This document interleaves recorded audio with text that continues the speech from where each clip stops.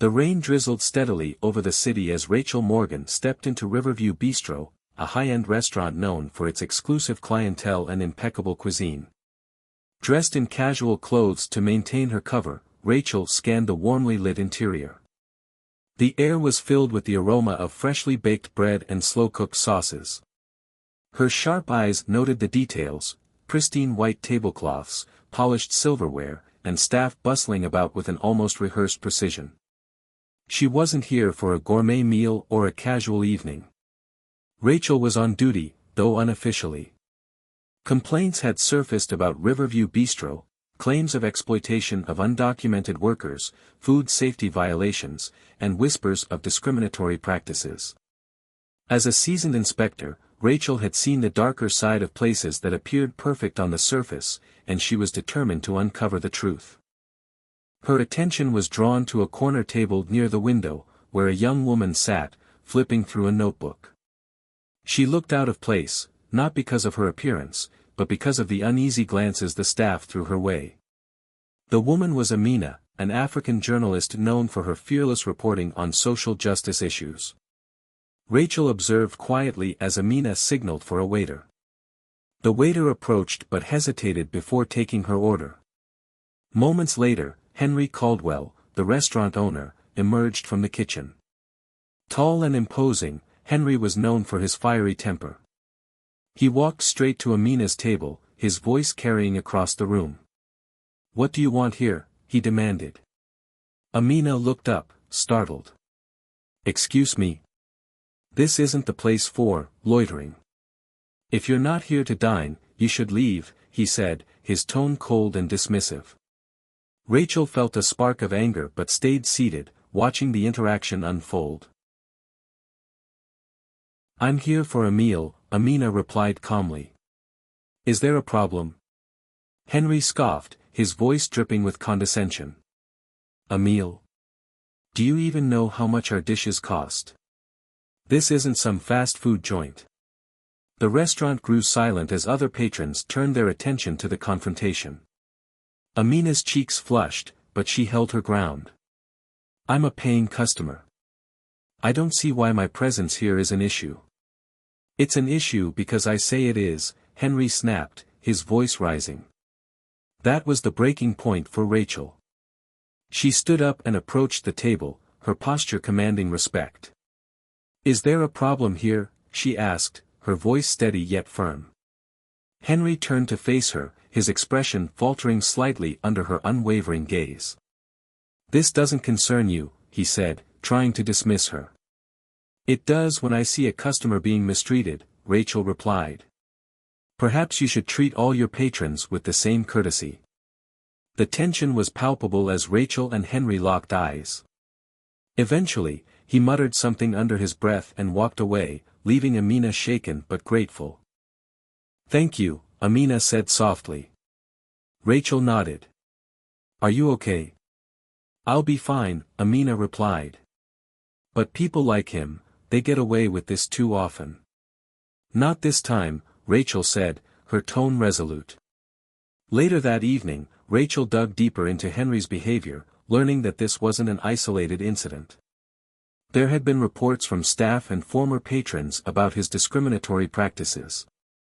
The next day, Rachel met with Amina, who shared her full story.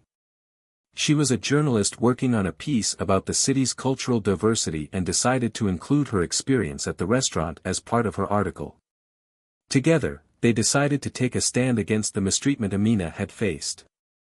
Rachel revisited the restaurant, this time officially as an inspector. She brought evidence of Henry's discriminatory practices and confronted him during a busy evening. Customers and staff watched as she outlined the complaints against him, her words clear and uncompromising. Henry resisted at first, but the weight of the evidence and the courage of the people who spoke up against him eventually broke through his defenses. He was fined heavily and ordered to attend anti-discrimination training. Amina published her story, shedding light on the broader issue of discrimination in the service industry. Over time, the restaurant came under new management and transformed into a welcoming space for all. Rachel and Amina stayed in touch, their bond growing stronger through their shared mission for justice. Rachel reflected on the events, knowing that every small step toward fairness made a difference. The world, she thought, could always use more people willing to stand up for what's right. "Thank you," Amina said softly. Rachel nodded. "Are you okay?" "I'll be fine," Amina replied. "But people like him, they get away with this too often." "Not this time," Rachel said, her tone resolute. Later that evening, Rachel dug deeper into Henry's behavior, learning th.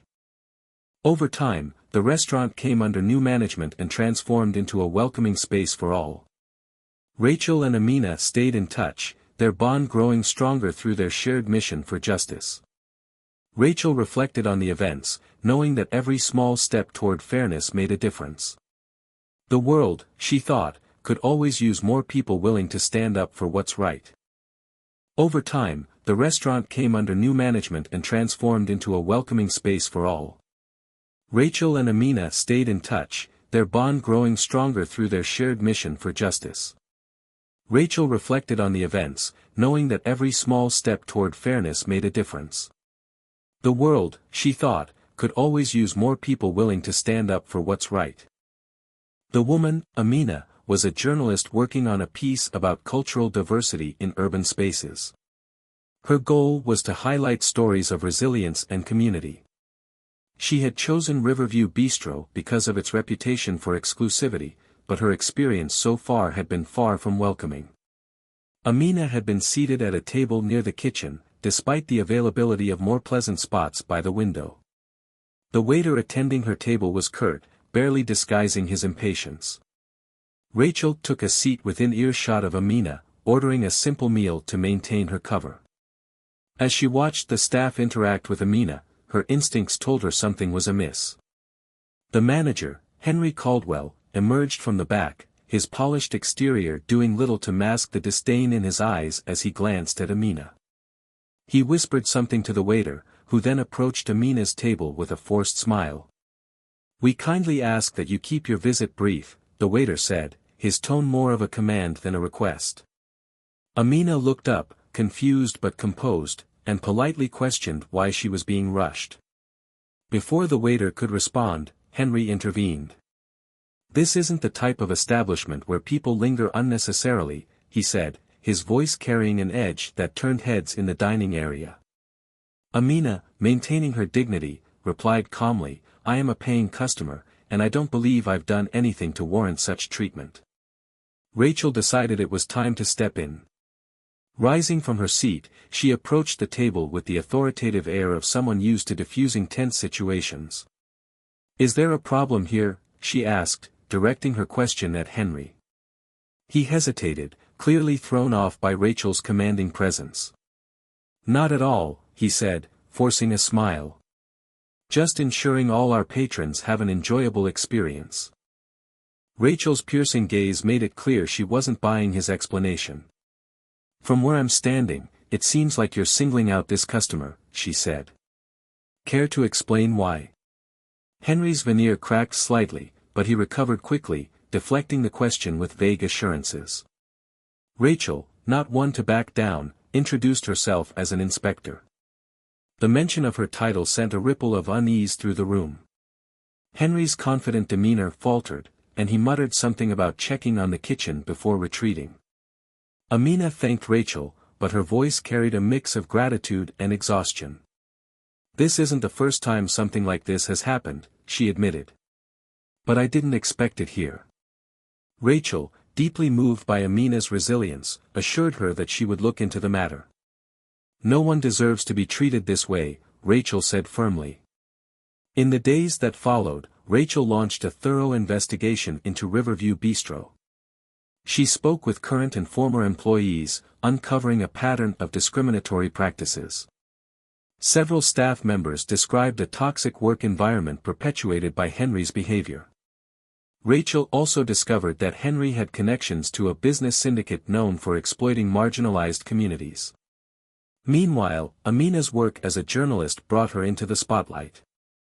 Her articles shed light on systemic issues, earning her both praise and backlash.